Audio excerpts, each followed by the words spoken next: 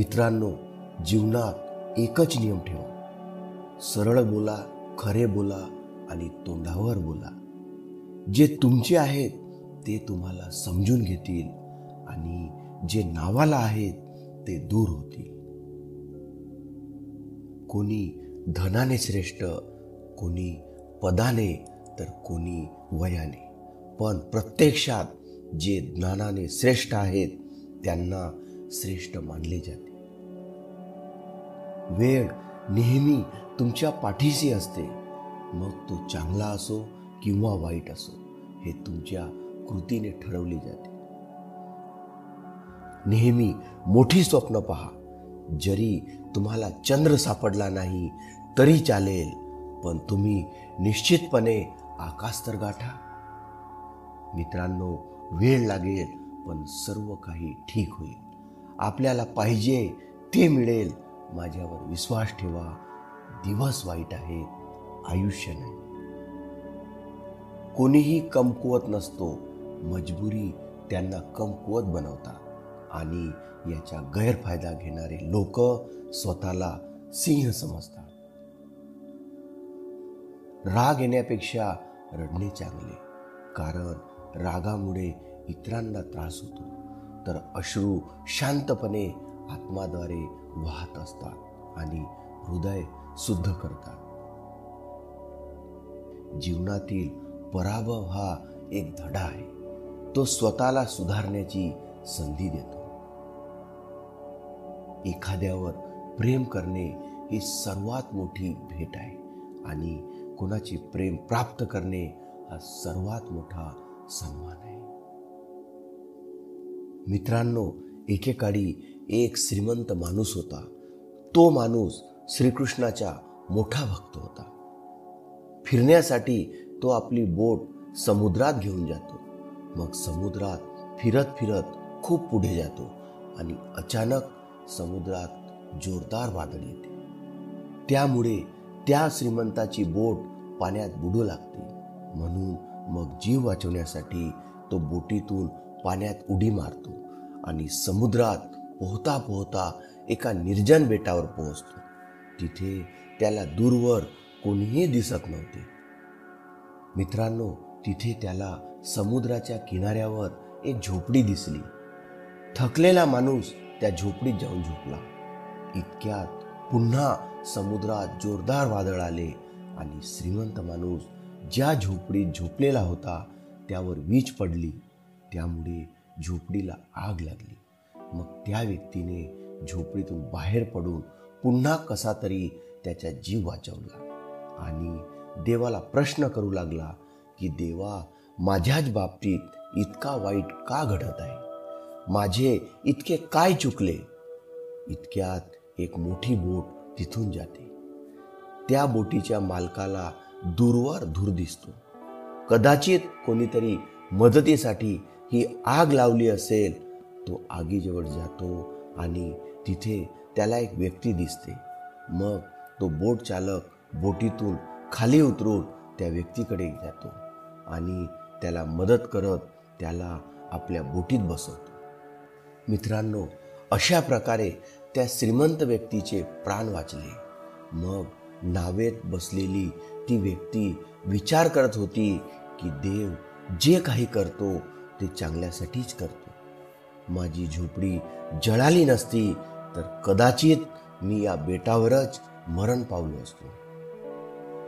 त्यामुळे त्या व्यक्तीसाठी जे काही होते ते चांगल्यासाठीच होते. किमान सत्यता उरली आहे आणि ती व्यक्ती देवाला समर्पित आहे. त्या व्यक्तीने परमेश्वराचे आभार मानले. आपल्या आयुष्यात जे काही वाईट घडत आहे ते तुम्हाला वाईट वाटते, पण ते खरेच वाईट नाही. मित्रांनो, आज तुम्हाला असे वाटते की जे काही घडत आहे ते वाईटच घडत आहे, परंतु भविष्यात तुम्हाला हे समजेल की जे काही घडले ते चांगल्यासाठीच झाले. आश्चर्यकारक आहे ना? नशीब अनुकूल नसले तरी राग येतो. शहाणपण लोखंड नसले तरी गंजते. स्वाभिमान शरीर नाही तरीही जखमा होतात.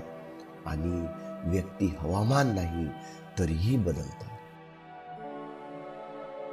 मित्रांनो, तुमच्या नात्याची पर्वा नसलेल्या व्यक्तीसोबत उभे राहण्यापेक्षा एकटे उभे राहणे चांगले. हा अभिमान नाही, स्वाभिमान आहे.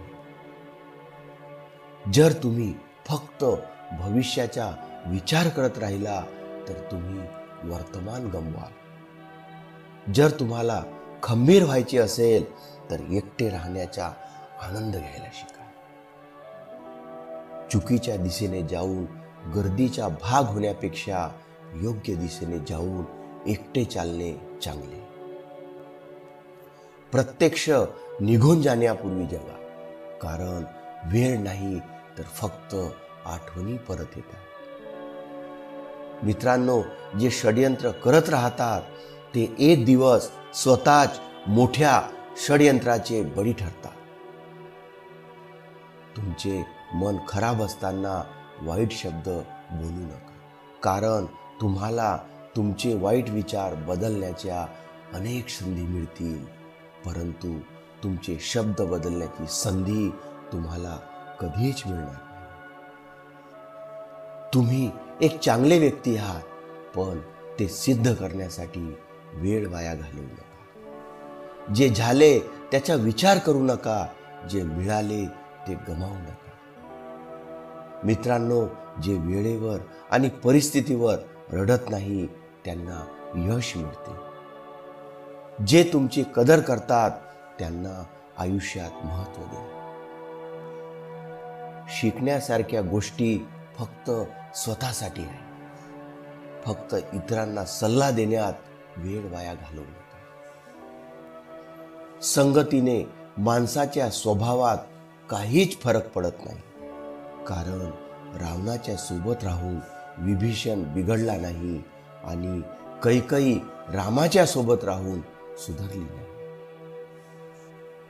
मित्रांनो, धीर धरा, कधीही निराश होऊ नका. ज्याने तुम्हाला लिहिले तो या विश्वाचा महान लेखक आहे. ज्याला योग्य वेळी योग्य गोष्ट समजणे आणि चुकीच्या वेळी योग्य गोष्ट समजावून सांगणारी व्यक्ती सापडणे फार कठीण असते, आणि जर अशी व्यक्ती सापडली तर त्यांना जपून ठेवा. जर तुम्ही आयुष्यात दुःख हाताळू शकत नसाल तर तुम्ही यश देखील हाताळू शकत नाही.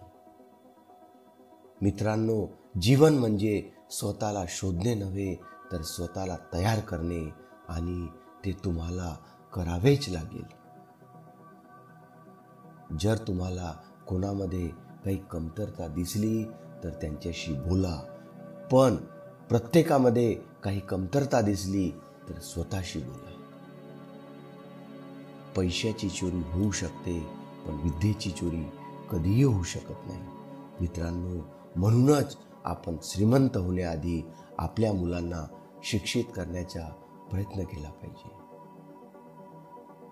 तुम्ही जे कराल ते स्वबळावर करा, कारण तुम्हीच घडवलेला इतिहास जगाला आठवतो. जे मिळाले त्यात आनंदी राहायला शिका. हाताचे बोटं शिकवतात, जगात बरोबरीचे कोणीही नाही. मित्रांनो, जीवनात योग्य मार्ग दाखवणारा कोणी मित्र असेल तर तो अनुभव आहे. अहंकार कितीही असला तरी त्याच्या नायनाट केल्यावरच निघतो. प्रार्थना आणि ध्यान मानवासाठी खूप महत्त्वाचे आहे. प्रार्थनेत देव तुमचे ऐकतो आणि ध्यानात तुम्ही देवाचे ऐकता. मित्रांनो, तुमच्या अंतरंगावर आणि तुमच्या कृतीवर विश्वास ठेवा. कोणत्याही परिस्थितीत तुमचे चांगले कृत्यच तुम्हाला साथ देईल. आयुष्यात जेव्हा स्वतःला दुखापत होते तेव्हाच दुसऱ्याच्या जखमाही दिसतात. खोट्या माणसापेक्षा खऱ्या माणसाला नेहमी अधिक स्पष्टीकरण द्यावे लागते. काही लोकांनी खूप हिंमत दिली. आज ना कुणाला गमावण्याची भीती आहे ना कुणाला मिळवण्याची इच्छा आहे. आपण इतरांना जे देतो तेच परत येईल, मग तो आदर, सन्मान किंवा मग विश्वासघात असो. जग काय म्हणेल याचा विचार करू नका, कारण जग खूप विचित्र आहे. ते अयशस्वी लोकांची चेष्टा करते आणि यशस्वी लोकांना घाबरते. दोन व्यक्तींमध्ये कधीच भांडण होत नसेल तर समजून घ्या, नाते मनाने नाही तर डोक्याने जपले जात आहे. जे सहन करतात ते चमकतात, हा निसर्गाचा नियम आहे. मित्रांनो, डोळ्याचे पडदेही ओलसर झाले आहे, चर्चाच्या मालिकाही कमी झाल्या आहेत. कळत नाही चूक कोणाची आहे, वेळ वाईट आहे की आपण वाईट झालो आहोत. प्रसिद्ध होण्याचे मार्ग आपल्यालाही माहीत आहे, पण मन आपल्या स्टाईलमध्ये जगण्यासाठी जिद्दी आहे. कधी कधी कोणाचे तरी बोलणे आपल्याला इतके डळमळते की आपण गप्प बसतो आणि विचार करतो की आपण खरोखरच तितके वाईट आहोत का.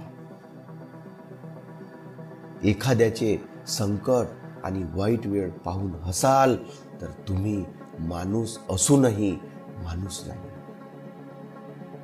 तो देव सर्वस्व आहे, तो फक्त वेळ आल्यावर सगळे ठीक करणार आहे. चढ उतारानंतरही एखादी व्यक्ती तुमची साथ सोडत नसेल तर त्या व्यक्तीचे नेहमी कौतुक करा. तुला उडावे तर लागेल स्वप्न पूर्ण करण्यासाठी, किती वेळा पडावे लागेल तरी स्वतःशीच लढावे लागेल. तुझा परमेश्वर सदैव तुझ्या सोबत आहे. मित्रांनो, मी हा व्हिडिओ इथेच संपवतो. भेटूया पुढील नवीन विचारांसोबत नवीन व्हिडिओ.